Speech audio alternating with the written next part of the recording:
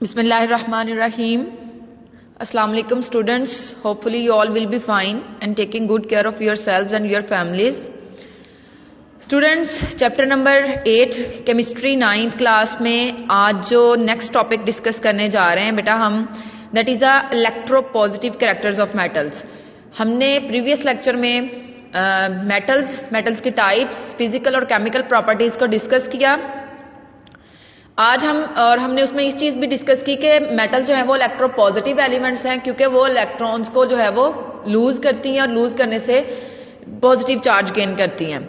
बेटा मेटल्स की जो है वो टेंडेंसी है कि वो इजीली इलेक्ट्रॉन्स को लूज करती हैं और मेटेलिक बॉन्डिंग बनाती हैं, मेटेलिक इन कैरेक्टर्स होती हैं. ये चीज भी हमने केमिकल प्रॉपर्टीज में डिस्कस की.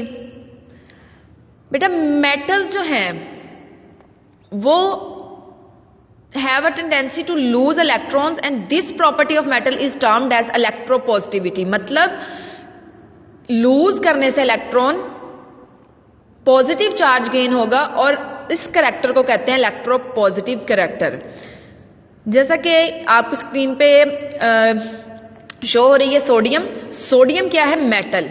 ठीक है, इसके आउटर मोस्ट शेल में एक इलेक्ट्रॉन होता है. सोडियम का जो है वो एटॉमिक नंबर है 11, 1s2, 2s2, 2p6 and 3s1.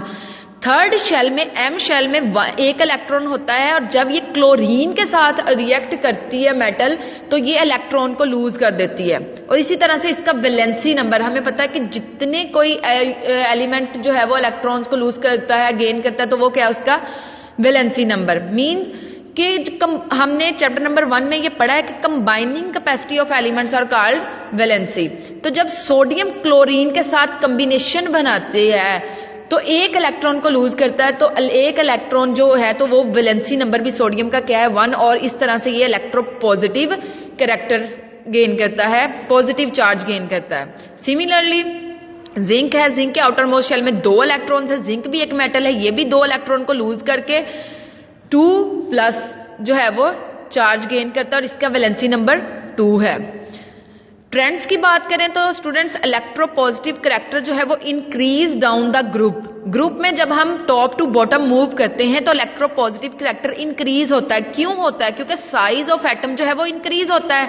Size of atom कैसे इंक्रीज होता है? क्योंकि जैसे हम टॉप से बॉटम की तरफ ग्रुप में आते हैं एटॉमिक नंबर इंक्रीज होता है. एटॉमिक नंबर इंक्रीज होने से नंबर ऑफ शेल इंक्रीज होते हैं. नंबर ऑफ शेल इंक्रीज होने से ऑटोमेटिकली ये एटम का साइज इंक्रीज होता है. ठीक है, इसी तरह से इलेक्ट्रोपॉजिटिव कैरेक्टर जो है वो decrease across the period from left to right. अगर हम लेफ्ट टू राइट मूव करें तो इलेक्ट्रोपॉजिटिव कैरेक्टर जो है वो डिक्रीज होता है. क्यों होता है? क्योंकि एटॉमिक साइज डिक्रीज हो जाता है due to increase of nuclear charge. Nuclear charge increase होने से अब नंबर ऑफ शेल जितने कम होंगे न्यूक्लियर चार्ज उतना ही ज्यादा होगा. नंबर ऑफ शेल जितने बढ़ते जाएंगे न्यूक्लियर चार्ज भी ऑटोमेटिकली डिक्रीज होता जाएगा. नेक्स्ट है बेटा इलेक्ट्रोपॉजिटिविटी एंड आयनाइजेशन एनर्जी. के इलेक्ट्रोपॉजिटिविटी और आयनाइजेशन एनर्जी का क्या रिलेशन है? Electropositive character depends upon the ionisation energy which in turn depends upon the size and nuclear charge of an atom. जो स्मॉल साइज एटम है उनका high जो है वो न्यूक्लियर चार्ज होता है. बेटा आयोनाइजेशन एनर्जी हमने पढ़ा था कि वो एनर्जी है जो कि हम किसी भी एटम के आउटर मोस्ट शेल में से लूजली बाउंड इलेक्ट्रॉन्स को रिमूव करने के लिए रिक्वायर्ड होती है.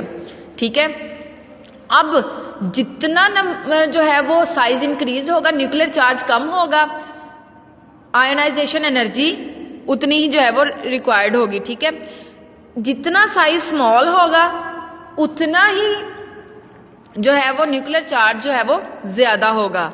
तो atom have high ionisation energy or less electropositive or metallic character. This is the reason alkali metals have the largest size and the lowest ionisation energy in their respective period.